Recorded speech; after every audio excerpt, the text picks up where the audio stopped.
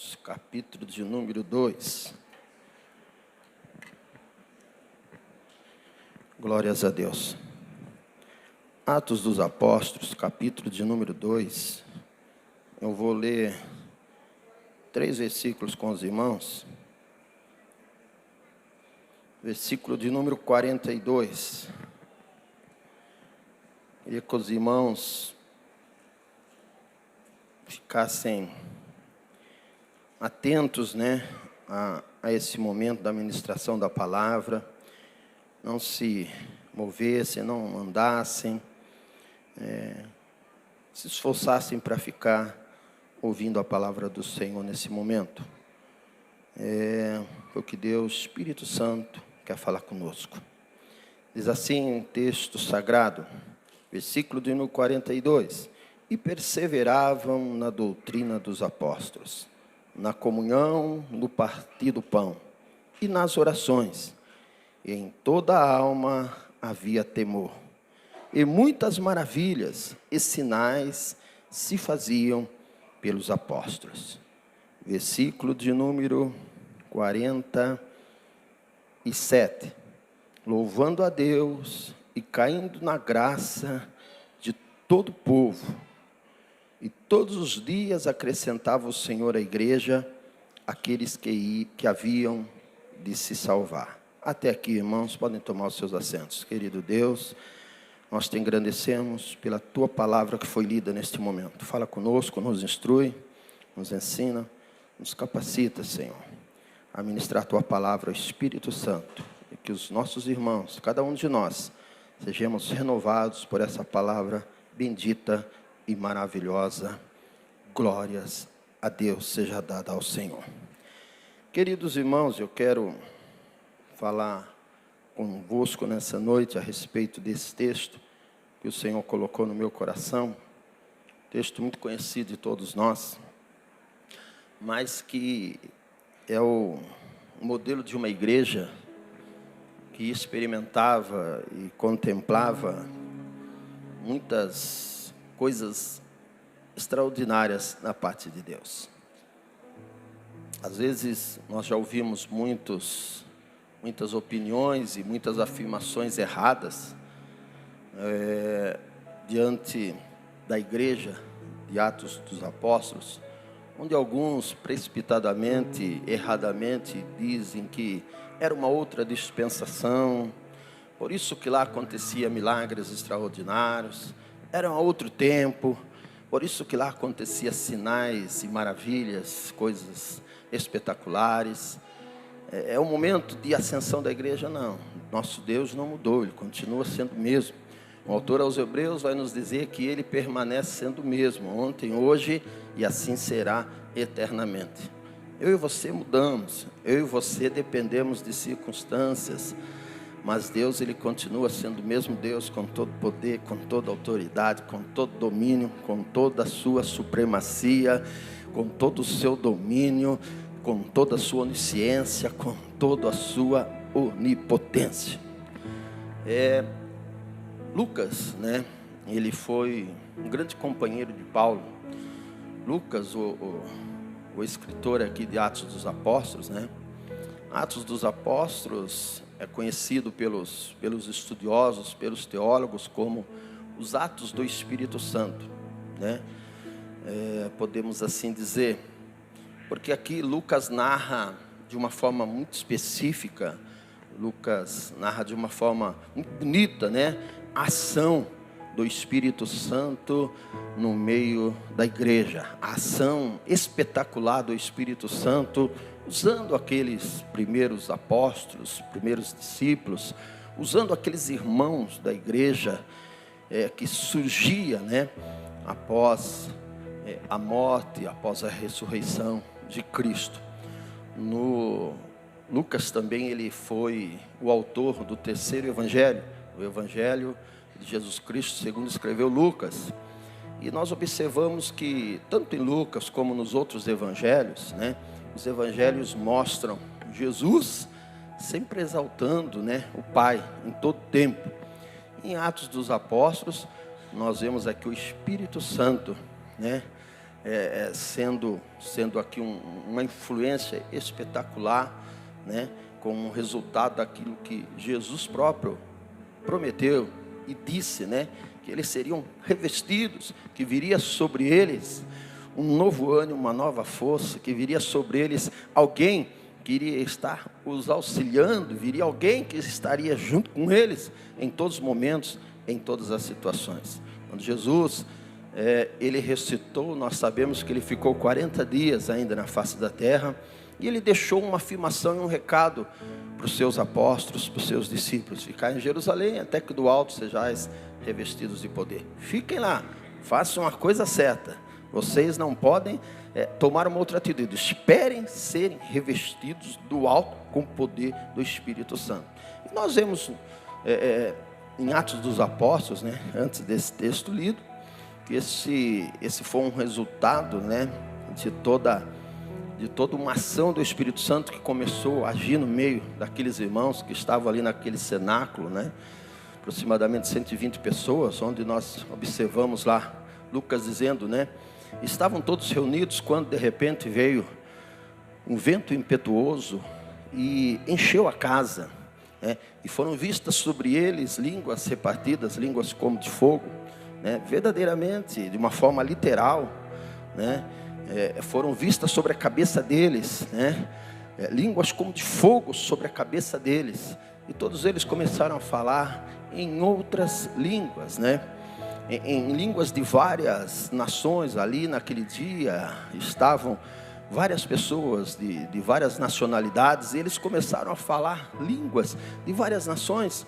e houve-se um espanto, houve-se uma admiração. O que acontece, né? Dois grupos de pessoas se dividiram com duas afirmações, um dizendo, olha, eles estão cheios de mosto, né? Ou seja, eles beberam demais, estão ficando malucos, estão doidos, né? E um outro grupo afirmando, não, eles estão cheios de Deus. E diante de toda aquela repercussão, daquele momento glorioso ali, muitos chegaram e perguntaram aos apóstolos, né, o que precisamos fazer para ser salvo? Depois da explanação de Pedro, quando eles estavam ali divididos em duas opiniões, nós vemos Pedro tomando a palavra, Pedro narrando para eles, né? Pedro fazendo um discurso, pregando para eles e dizendo, não, isso que aconteceu não foi algo do homem, mas foi algo vindo dos céus, foi a pessoa do Espírito Santo, foi aquilo que Jesus, aquele que morreu e ressuscitou, prometeu. E Pedro trouxe aquela primeira pregação para eles, né? E muitos ali se aderiram à pregação de Pedro, né? E fizeram uma pergunta: o que precisamos fazer para ser salvo? Bonito demais, irmãos, essas almas ali se rendendo à ministração, à pregação. E Pedro disse, olha, o que vocês precisam fazer é se arrepender, é serem batizados em nome do Senhor para a remissão dos pecados.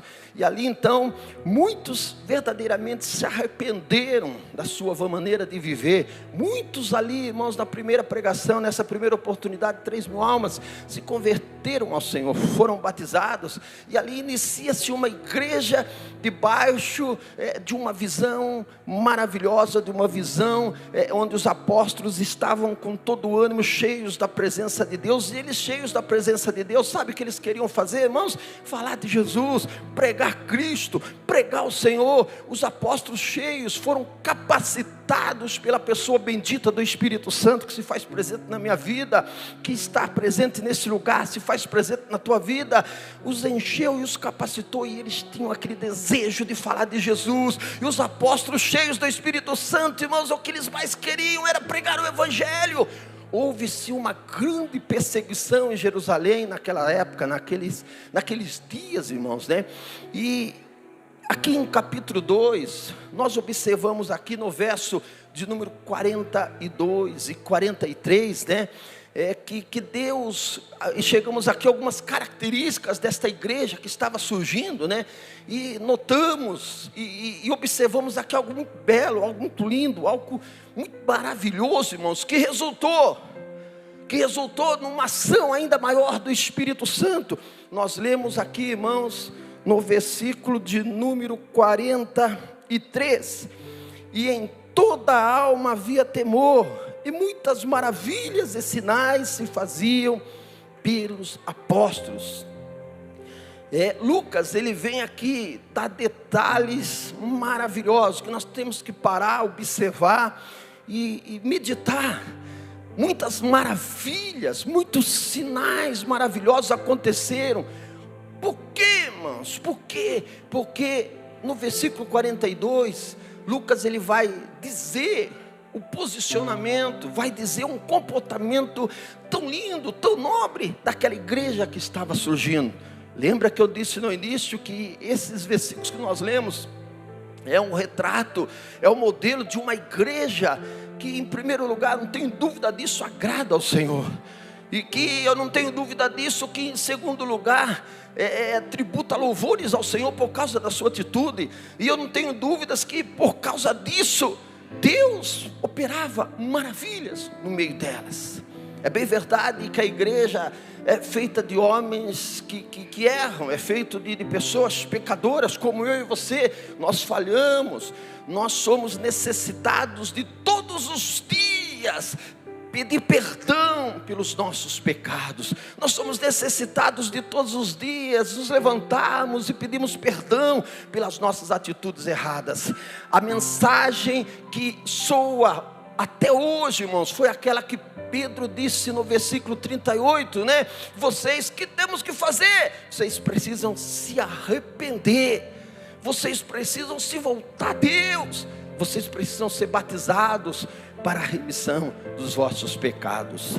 Queridos e amados irmãos, Lucas ele dá detalhes, né? Tanto no Evangelho de Lucas é muito bonito, em Atos dos Apóstolos, em todos os capítulos de Atos dos Apóstolos, né? Ele dá detalhes das viagens missionárias de Paulo, dos feitos, né? Ele foi um grande cooperador de Paulo. Lucas, provavelmente ele era de Antioquia, né? E ele, na igreja, depois dos apóstolos ali continuarem a obra do Senhor, foi nessa época que ele, no primeiro século, que ele se converteu e se tornou, né, um grande auxiliador de Paulo, né? Lucas, ele esteve por 3 vezes, nas 4 vezes que Paulo foi preso, né? Paulo foi preso em Jerusalém, Paulo ficou preso em Cesareia, Paulo ficou preso por 2 vezes em Roma, e nas 4 oportunidades ele estava lá ao lado de Paulo, sempre dando o seu amparo. Diz os estudiosos que ele foi também um médico particular de Paulo, que sempre auxiliou ali nos seus momentos de dificuldade física. E até vemos Paulo chamando ele, né? Vemos em Colossenses, vemos em Paulo escrevendo a Timóteo, dizendo a ele, médico amado, né? Então Lucas esteve sempre muito perto do apóstolo Paulo. E ele dá detalhes em todo o livro de Atos, detalhes maravilhosos da ação extraordinária do Espírito Santo de Deus. Irmãos, quem deseja contemplar, quem deseja ver coisas espetaculares da pessoa bendita do nosso Senhor, do nosso Salvador Jesus Cristo, da pessoa bendita do Espírito Santo, eu e você, quantas das vezes nós queremos, pedimos, desejamos algo, irmãos, e ficamos ali trombando por várias situações, em várias atitudes que não nos conduz a um resultado que Deus está disposto a fazer e a realizar na minha, na sua e na nossa vida. Há necessidade de nós nos voltarmos para observarmos estes detalhes que Atos 2:42 diz. E aquele povo que se converteu, que é que eles tinham de atitude, irmãos? Eles perseveravam na doutrina dos apóstolos em primeiro lugar. Era uma atitude de perseverança muito linda, irmãos, né? Que é perseverar? Perseverar é assistir a permanecer ao lado, estar convicto, não desistir, irmãos. Eles perseveravam em quê? Na doutrina dos apóstolos. A palavra doutrina tem muito a ver, e ela é sinônimo de ensino, né? No original a palavra doutrina é ensino. Eles perseveravam no ensino ensino dos apóstolos. Irmão, deixa eu falar uma coisa para você. Quer ter uma vida abençoada? Quer ver sua família contemplar e experimentar das promessas extraordinárias que Deus tem para você?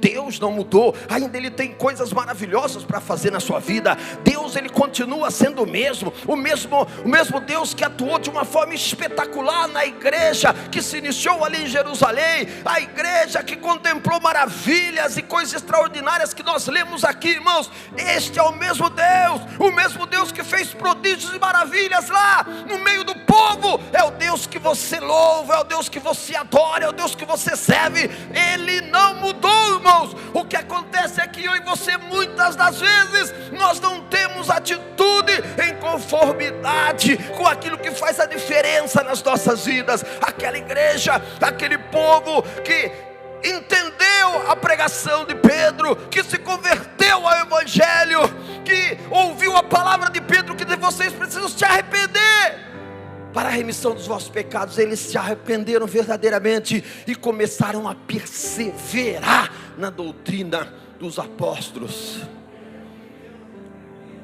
Até aproveitando o momento, doutrina é algo, nosso professor até disse de manhã aqui, que doutrina é algo inegociável, e é verdade. Aquilo que está na palavra de Deus como doutrina, é uma regra, que não se muda, é algo que já foi definido por Deus, porque o único livro que tem o seu autor presente, é a Bíblia Sagrada, e é o próprio Deus quem deixou.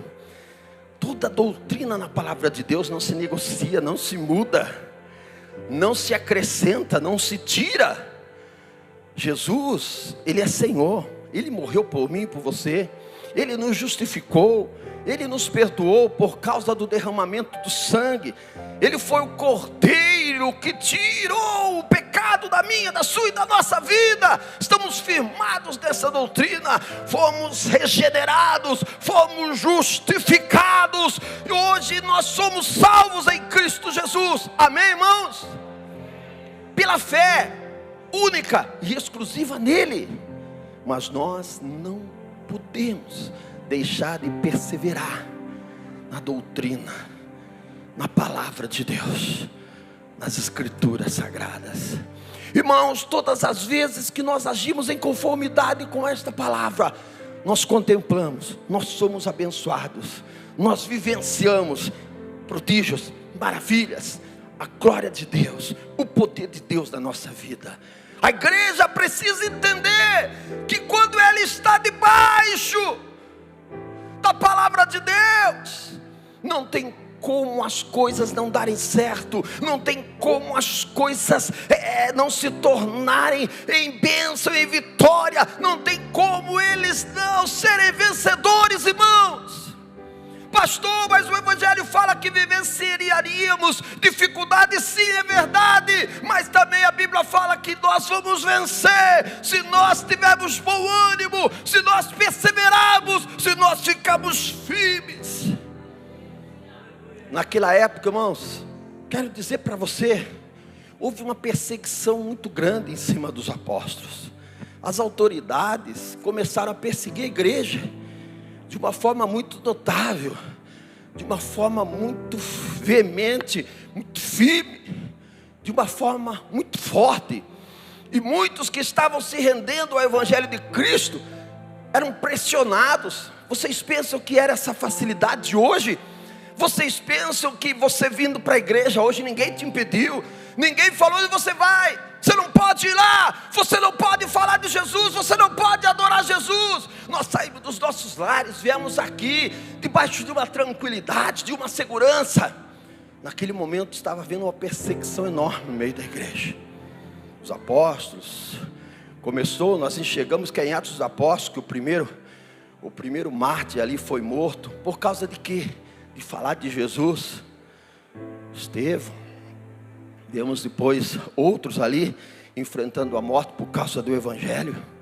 Mas eu queria me deter nesse versículo 43 e de uma forma muito rápida falar convosco, irmãos. Perseveravam na doutrina dos apóstolos. Será que nos dias de hoje, o Celso, será que o João, com o Pedro, com a Maria, com a Francisca, o José precisa perseverar mais, irmãos? Perseverar na doutrina. Eu quero aqui colocar diante de vocês, perseverar nos ensinamentos, a palavra do Senhor. Irmãos, não desista de acreditar naquilo que esse livro declara para você. Porque esse não é somente um livro, mas é a voz de Deus para a tua alma cansada, para a tua alma nos momentos adversos, para teu coração nos momentos de aflição, para o teu coração nos momentos de dificuldades, para o teu coração nos momentos de aperto, para o teu coração nos momentos de aflição. Esta palavra é verdadeira, que soa como um refrigério para o vosso coração. Acredite nela, persevera nela, vivencia ela, dá ouvidos a ela. Vale a pena, irmãos, vale a pena perseverar na doutrina dos apóstolos. Nós podemos aqui deixar muitos exemplos de perseverar na doutrina.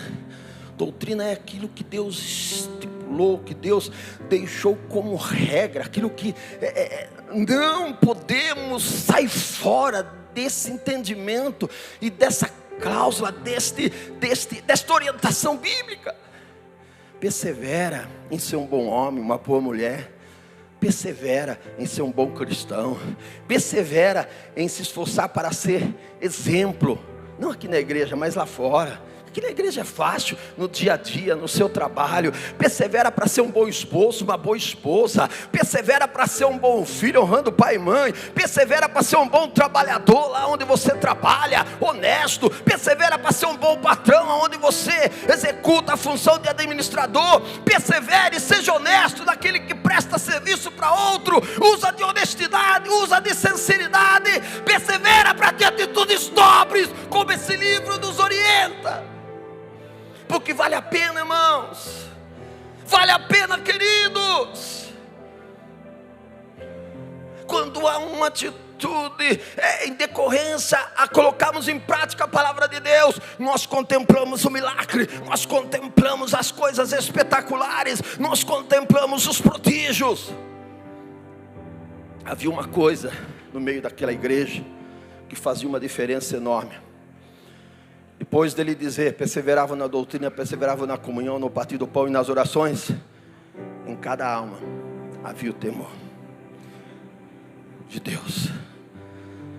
A palavra temor, irmãos, ela não é ter medo de Deus. Ela vem do latim timore. A palavra temor é entender em qual posição nós encontramos e em qual posição Deus se encontra. Deus, Ele é soberano. Deus, Ele é excelso. Deus, Ele é santo.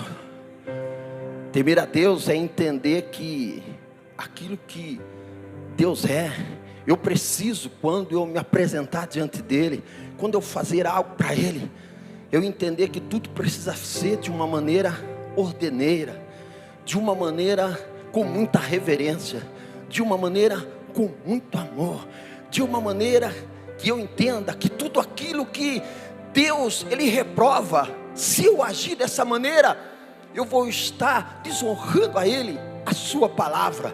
Temer ao Senhor é entender que Ele é poderoso, que Ele é grande, que Ele é santo, e que eu sou servo deste Todo-Poderoso, e que eu preciso me cuidar, e que eu preciso ser vigilante, e que eu preciso cuidar das minhas atitudes. Quando eu estou servindo a Ele, eu não posso andar de qualquer maneira. Servir a Deus, irmãos, viver esse evangelho, não é simplesmente frequentar a igreja, mas é viver uma vida de temor. Deus, Ele abomina o pecado, portanto eu vou me esforçar para fugir do pecado. Deus, Ele detesta o pecado, ama o pecador, mas eu vou me esforçar para me afastar de toda aparência do pecado, de toda aparência do mal. Havia-se um temor no coração daquele povo. Lucas dá esses detalhes pormenores extremamente maravilhoso. Atos dos Apóstolos é para todos os cristãos, narra todos os feitos do Espírito Santo. dá ênfase especial à pessoa do Espírito Santo. Ele destaca a presença do Espírito Santo, revelando o Filho, revelando Cristo, revelando o Senhor. Todas as vezes que o povo se espantava com uma ação do Espírito Santo, com uma obra espetacular, os apóstolos são usados para dizer: olha, isso que aconteceu não foi por causa de nós, foi por causa dele, de Jesus, que na cruz morreu, que ressuscitou, que subiu aos céus e que enviou sobre nós o Espírito Santo. É Ele que está fazendo essas maravilhas, é Ele que é autor de todos esses feitos magníficos. Irmãos, e perseveravam na comunhão, perseveravam na doutrina, nos ensinamentos dos apóstolos, davam ouvidos, procuravam ser obedientes e perseveravam na comunhão. Na comunhão é em estar juntos, em participar das reuniões que Atos dos Apóstolos faziam. Eles participavam das reuniões, tinham uma vida de comunhão entre eles. E é tão bonito essa palavra comunhão, é tão bonito essa palavra que faz uma diferença muito grande, comunhão. Por que nós nos reunimos aqui nessa noite, irmãos? Para juntos, em comunhão, congregarmos e adorarmos ao Senhor, e prestarmos um culto ao Senhor. Nós estamos como um povo em comunhão, com o mesmo objetivo, prestando um culto a Ele, sim ou não? Não é outro objetivo. Estamos aqui prestando um culto a Ele, ouvindo a palavra dEle. Atos dos Apóstolos era uma igreja que estava unida na comunhão, estava junto na comunhão, estava sempre participando das reuniões, sempre participando dos momentos em que eles se reuniam. Deixa eu aproveitar o gancho aqui e dizer para você: participe, sejamos uma igreja em comunhão, irmãos. Em Santa Ceia nós venhamos estarmos juntos, nas orações nós venhamos estarmos juntos, nos nossos trabalhos de escola bíblica dominical venhamos estarmos juntos, nos nossos cultos venhamos estarmos juntos, perseverando juntos, irmãos. No ofertar, no trazer os nossos dias, venhamos estarmos juntos, venhamos estar em comunhão, porque isso faz uma diferença enorme no nosso meio. Eu sempre digo uma frase: unidos nós somos fortes. É unidos que nós vamos superar os obstáculos, é unidos que nós vamos vencer os obstáculos, é unidos que nós vamos ver a glória de Deus no nosso meio, é unidos que nós vamos contemplar os prodígios e as maravilhas, é unidos, irmãos, que nós vemos a diferença. Uma casa unida, ela vê a diferença. Uma igreja unida, ela experimenta o poder e a glória de Deus. A união é algo que agrada o coração de Deus. A comunhão é algo que agrada o coração de Deus. Paulo, escrevendo aos Filipenses, capítulo 1, versículo 27, ele vai dizer: olha, mesmo se eu esteja distante de vocês, eu quero ouvir de vocês que vocês estão juntos, firmes, unidos, no mesmo desejo, pelo amor do Evangelho. Paulo, de longe, ele dizia: eu quero ver vocês, ouvir falar que vocês estão juntos, unidos.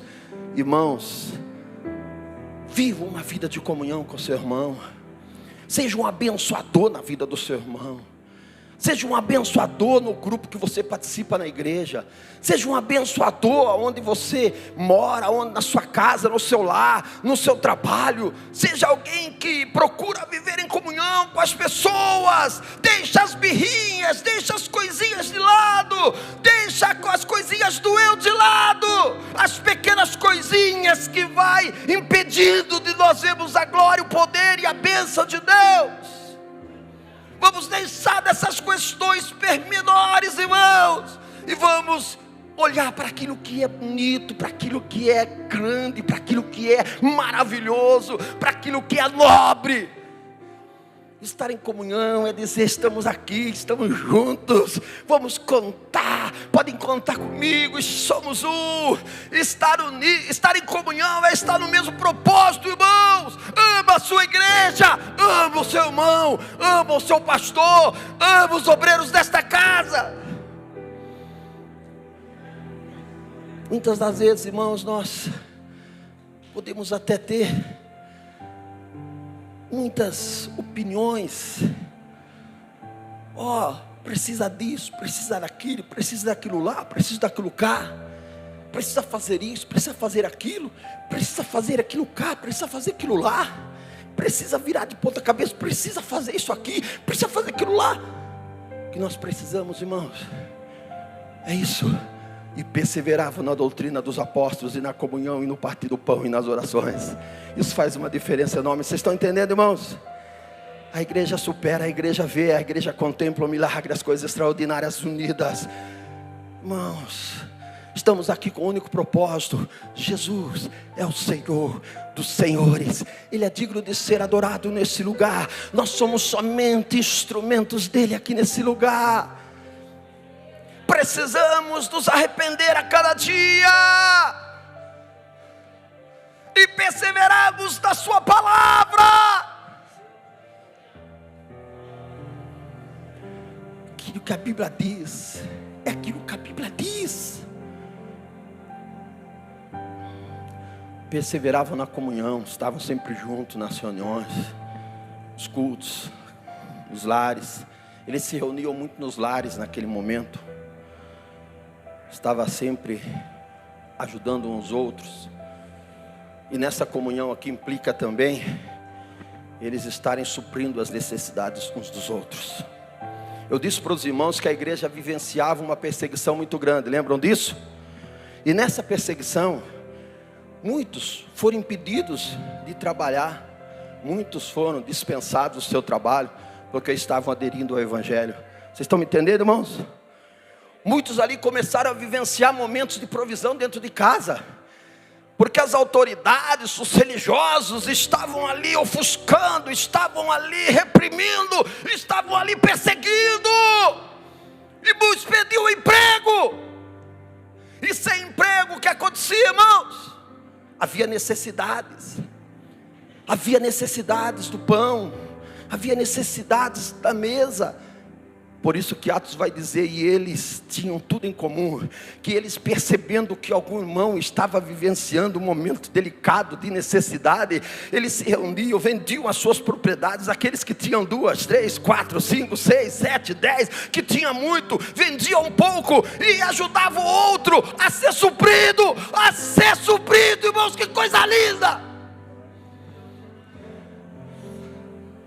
Vocês percebem como nós precisamos, irmãos, dar atenção à palavra do Senhor?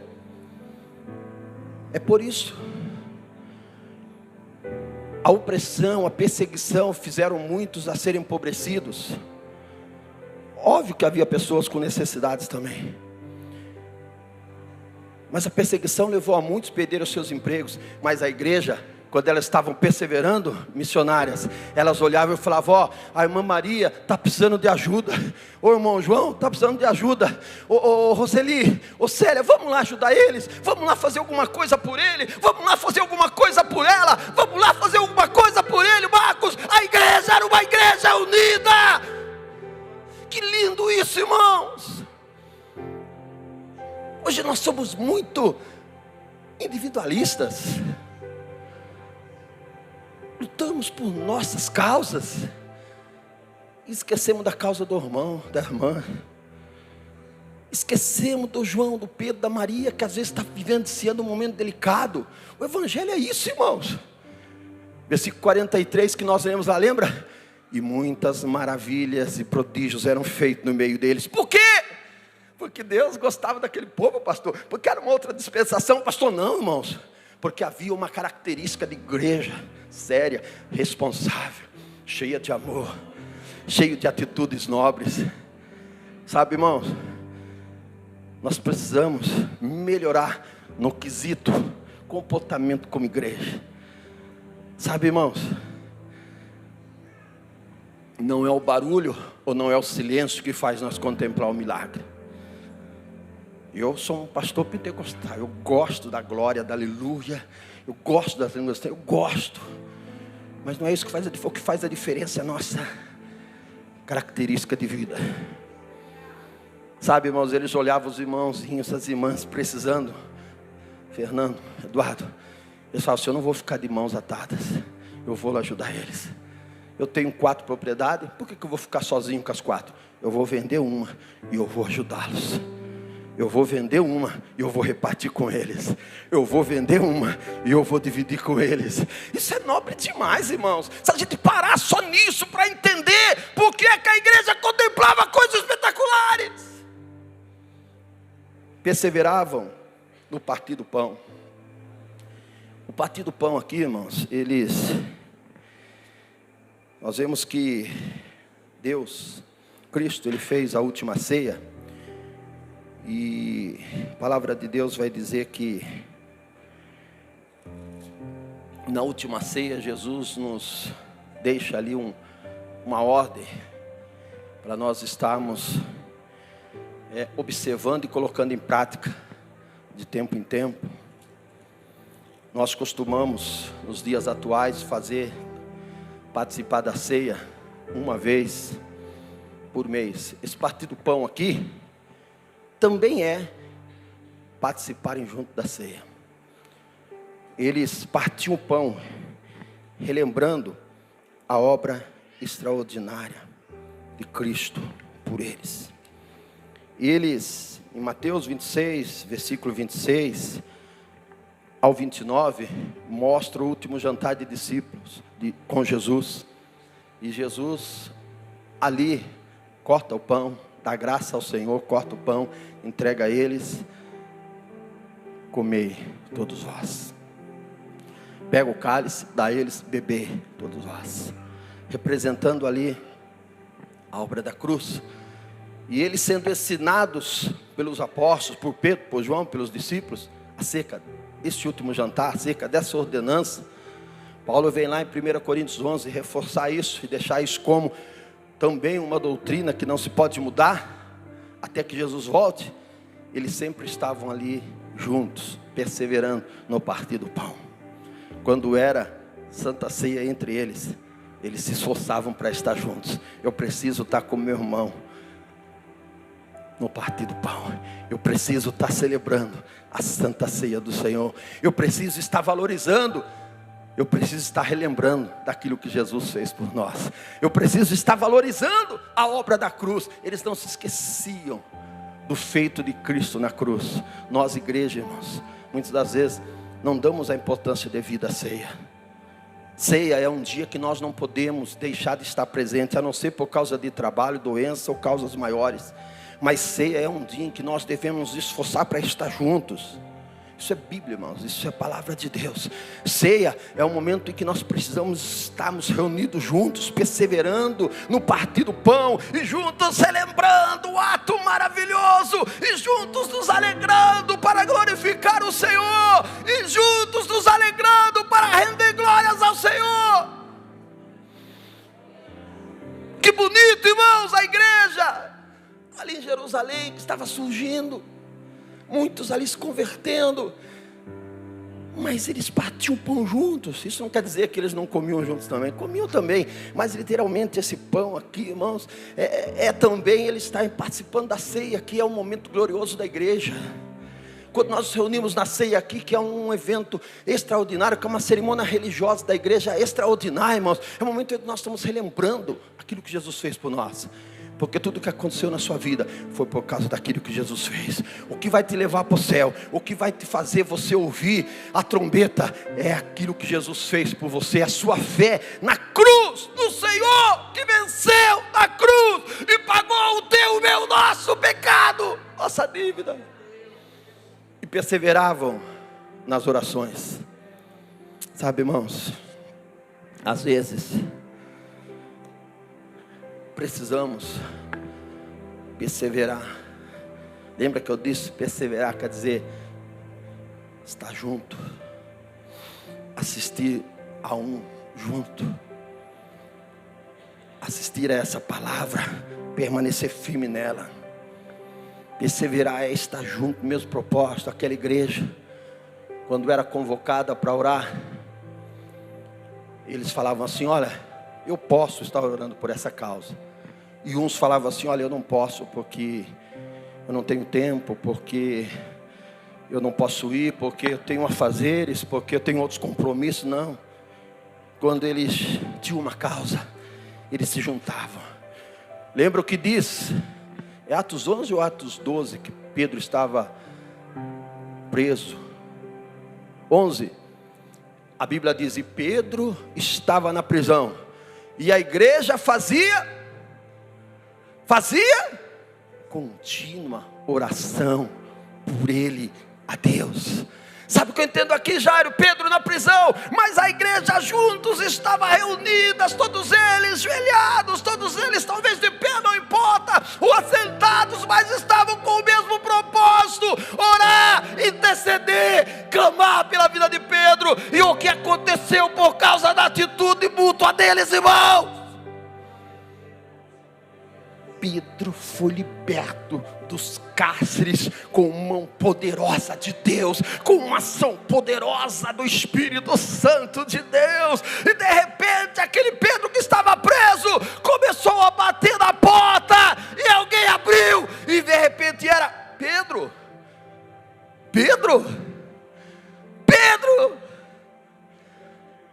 A oração, irmãos, continua sendo aquilo que faz uma diferença enorme na minha, na sua e na nossa vida, e na vida da igreja. Sabe o que eu quero dizer para você? Persevere em orar por esse pastor, por esses obreiros, pela minha família, pelos seus irmãos da direita, da esquerda. Ore por ele, ore por ela. Não esqueça dos seus irmãos. A oração mútua, a oração unânime na igreja proporciona grandes milagres, grandes prodígios. Olha o Beto aí, a oração faz a diferença. Quantas coisas nós temos vivenciado quando verdadeiramente nós nos colocamos numa atitude nobre de buscarmos e de clamarmos a Deus.